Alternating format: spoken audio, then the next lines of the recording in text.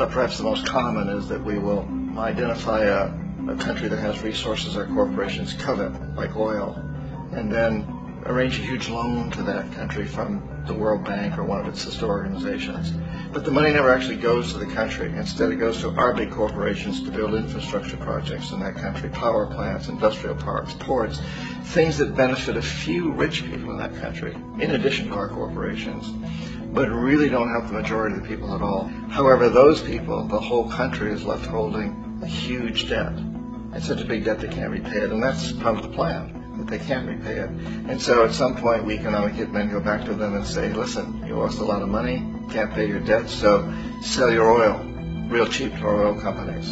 Allow us to build a military base in your country, or send troops in support of ours to someplace in the world like Iraq, or vote with us on the next UN vote. To have their electric utility company privatized and their water and sewage system privatized and sold to U.S. corporations or other multinational corporations. So there's a whole mushrooming thing, and it's so typical of the way the IMF and the World Bank work, that you put a country in debt, and it's such a big debt it can't pay it, and then you offer to refinance that debt and pay even more interest. And you demand this quid pro quo, which you call a conditionality or good governance, which means basically that they've got to sell off their resources, including many of their social services, their utility companies, their school systems sometimes, their penal systems, their insurance systems, to foreign corporations. So it's a double, triple, quadruple whammy. Ecuador for many, many years has been ruled by pro-U.S. dictators, often relatively brutal. Then it was decided that they were going to have a truly democratic election. Jaime Roldos ran for office, and his main goal, he said, as president would be to make sure that Ecuador's resources were used to help the people. And he won, overwhelming, by more votes than anybody had ever won anything in Ecuador. And he began to implement these policies to make sure that the profits from oil went to help the people. Well, we didn't like that in the United States.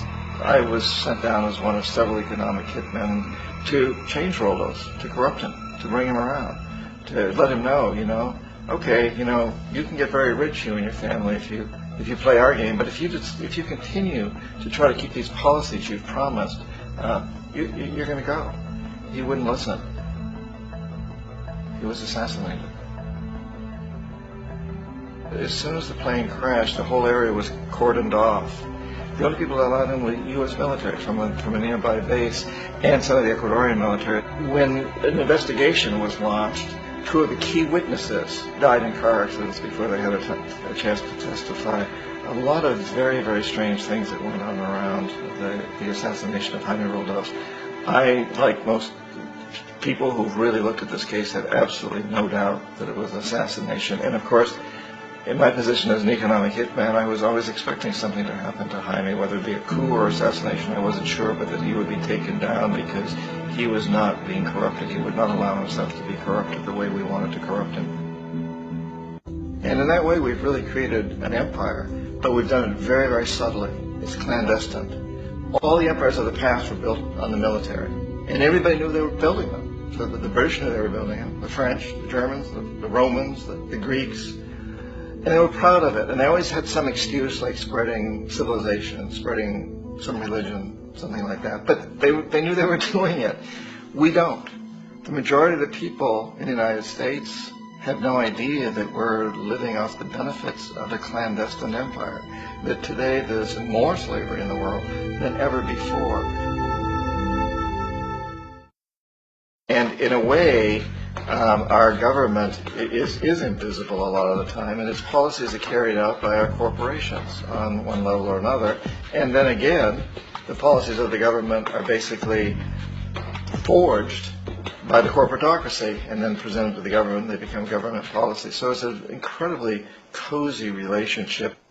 This isn't a conspiracy theory type of thing. These people don't have to get together and plot to do things. They all basically work under one primary assumption, and that is that they must maximize profits regardless of the social and environmental costs.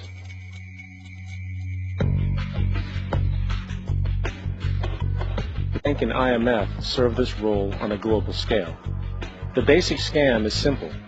Put a country in debt either by its own indiscretion or through corrupting the leader of that country.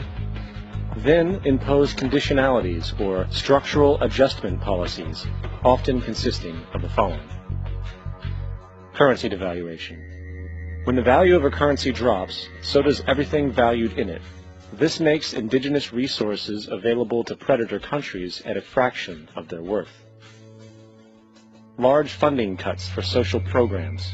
These usually include education and healthcare, compromising the well-being and integrity of the society, leaving the public vulnerable to exploitation. Privatization of state-owned enterprises. This means that socially important systems can be purchased and regulated by foreign corporations for profit. In the late 1960s, the World Bank intervened in Ecuador with large loans. During the next 30 years, poverty grew from 50% to 70%. Under or unemployment grew from 15 to 70%. Public debt increased from 240 million to 16 billion, while the share of resources allocated to the poor went from 20% to 6%. In fact, by the year 2000, 50% of Ecuador's national budget had to be allocated for paying its debts. It is important to understand the World Bank is, in fact, a U.S. bank, supporting U.S. interests. But the United States holds veto power over decisions, as it is the largest provider of capital. And where did it get this money?